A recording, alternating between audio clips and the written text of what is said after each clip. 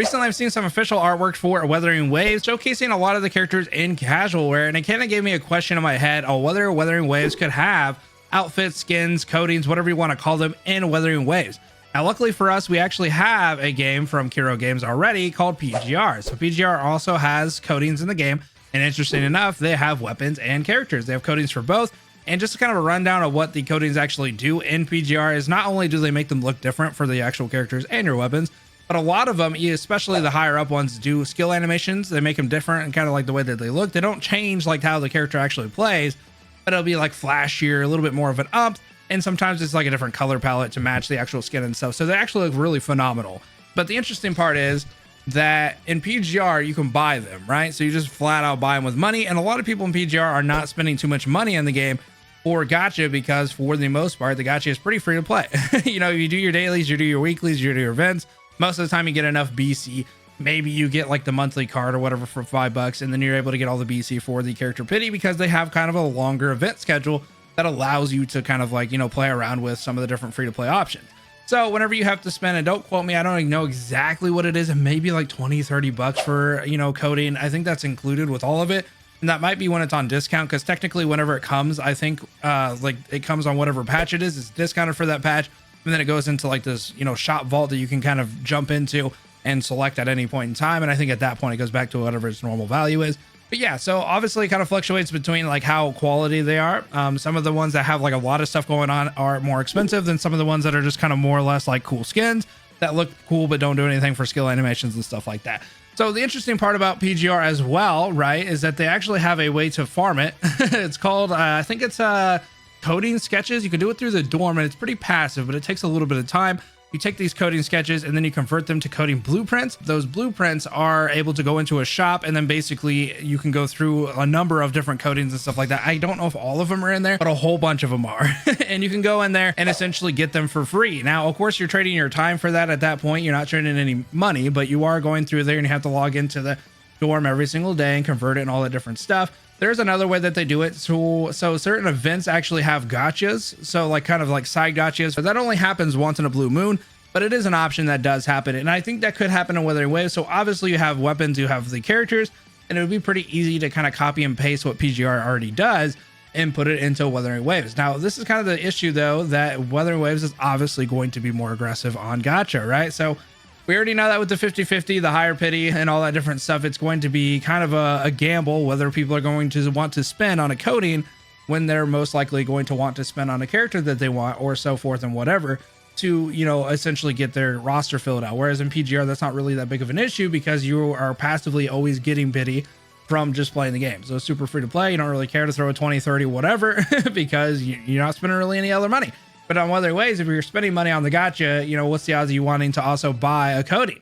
Now, for people who are like, you know, dolphins or whales or whatever, you know, whoever your favorite character is, maybe you'll spend it. Maybe a couple people who are like kind of light whales or like fishes and stuff like that, maybe they'll spend on their favorite characters and they'll just kind of call it what it is. If they bring the level that they bring from PGR, I know a lot of people will actually pay for it, because there are a lot of cool animations and there's a lot of cool skins, bro. Like they do very, very well on the coatings and stuff like that. And if they can bring that level of quality, I know people will eventually pay at least for their favorite characters and stuff like that. So I think that's not going to be too much of an issue, but it really comes into, I hope that they have other avenues, just like in PGR, where you can actually get it like passively, whether it takes a lot of time or not.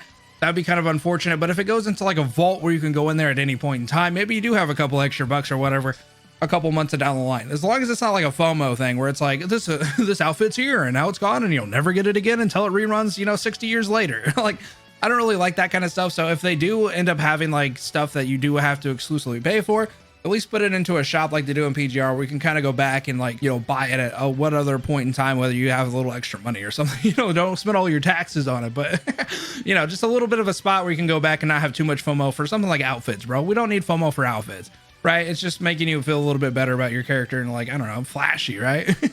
But the other thing is having like that kind of side gotcha. If it was event grindable only, I could see that being like a very cool thing, right?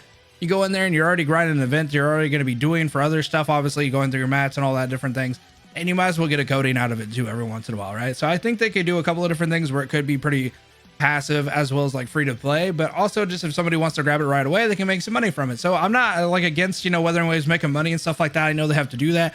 I know they're a business in which they need to do that. But when I look at Genshin, it's like you think about it and they don't really have outfits. Like they've had a handful of them, but I wonder if it's because they don't want to split their community too much. Like, you know, whenever you're doing gacha, I feel like whenever you spend like 20-30 bucks, it's kind of a different feeling than whenever you spend 20-30 bucks on a coding, right? So 20-30 bucks on a coding is instant gratification. I've already got what I wanted. I just had to spend 20 bucks. I mean, I can justify 20 bucks if I'm already going to get what I want.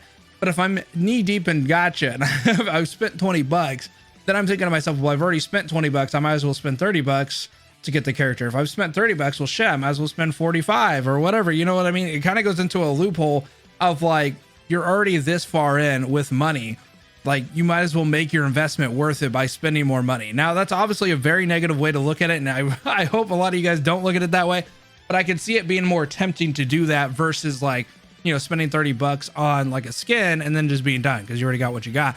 And now you're like, okay, well, I'm already 20-30 bucks down the hole. I'm not even going to start the gacha. So then you don't do that feedback loop of dopamine. And then you never get into like, you know, the money loop basically. Cause you're like, I already spent the money on this coding. I just don't have that extra money to do on this. So then you're justified and you're already in your right mind thinking. Now, I don't know if that's true for Genshin and why they don't do outfits. Maybe they just don't give a shit to do it. But I feel like it's just an avenue that they can make so much money in. So it has to be some sort of reason not to do it essentially. But the other game I was thinking about is Arknights. So Arknights has a very, very interesting system on how to get skins basically free to play. So you can't get every single skin in the game as a free to play, but you can get premium currency, which is OP. You can convert this in a couple different ways. So you can do stamina. Not a lot of people do it that way. You can do skins, or you can do a rundum, which is your summonable currency. So you get this basically from doing first tries or first clears with 3 stars. And you get it from pretty much everything in the game, like all the stories, all the different stuff, anything you can do for the first time, you will get this if you clear it with 3 stars. That includes like the events that come through. So there's a pretty good flow of it. So every time you have a new event, you get a little bit more OP, and then it gives people the power to kind of choose what you want to do with it. So just like in PGR, some skins are obviously more expensive because they have animations and, you know, they have different stuff going on with them. So they cost a little bit more money, but it gives people as a free to play an option to essentially, you know, get a skin if they want, or they can do, you know, a rundum, or they can do stamina if they want to. It gives somebody a little bit of power to choose what they want to do. Now, I don't think they'll add any extra currencies to Wuthering Waves. They definitely could, but I could see them actually adding it to a shop, maybe with a premium currency or one of the other currencies that they already have with, you know, some of the other stuff that they already have in the shops. I'm not too familiar with all the shop currency because obviously I didn't get in CBT 2, but it'd be interesting to see if maybe they could give you kind of like power essentially to choose whether you want to spend it on premium currency or maybe like an outfit. Of course, it'd be passive and you'd have to be wise on it because you couldn't just like an Arknights, you can't get a ton of it, at least not like super fast. Now, if you're a brand new account, you can, but then you have to think about the future and what everything's going to happen. Because in Arknights, whenever a brand new skin comes out, it goes straight to the shop. You can buy it with OP right then and there. You don't have any weird like exclusivity. You don't have any weird like thing to it. You just buy it, right? So you just get it from there and you can move on with your life or whatever. You don't have to like have any time gate keeping or anything like that. So it's a very interesting structure, and I've never really seen any other games do it. Now, Arknights is pretty free, you know, free to play friendly, just because you have a lot of different characters and you have a lot of different things that you can play with, so you don't ever feel locked down specifically to any character. But I don't know where Wuthering Waves could definitely go into this, where it depends on like the meta and how many characters are doing what. I do think that it's going to be more skill based, just like in PGR. You can pretty much play PGR with any character. Now, as you kind of gradually go into it, if you're being competitive in some of the different things like Warzone and that stuff, you are going to want probably the best of the best characters, because you're trying to be competitive on a leaderboard, right? So if you don't care about all that, and if Wuthering Waves doesn't even have that, then you don't have to worry too much about it. But I could definitely see skins fitting somewhere in Wuthering Waves. It's just more or less, how are they going to do it? Or like, how would they be able to make it kind of more structurally, you know, I don't know, fair to everybody, I guess. Everybody get a little piece of the pie, like the whales get everything they want, but a free to play gets a little bite of the cookie, you know, a little crumb or something like that. I don't know.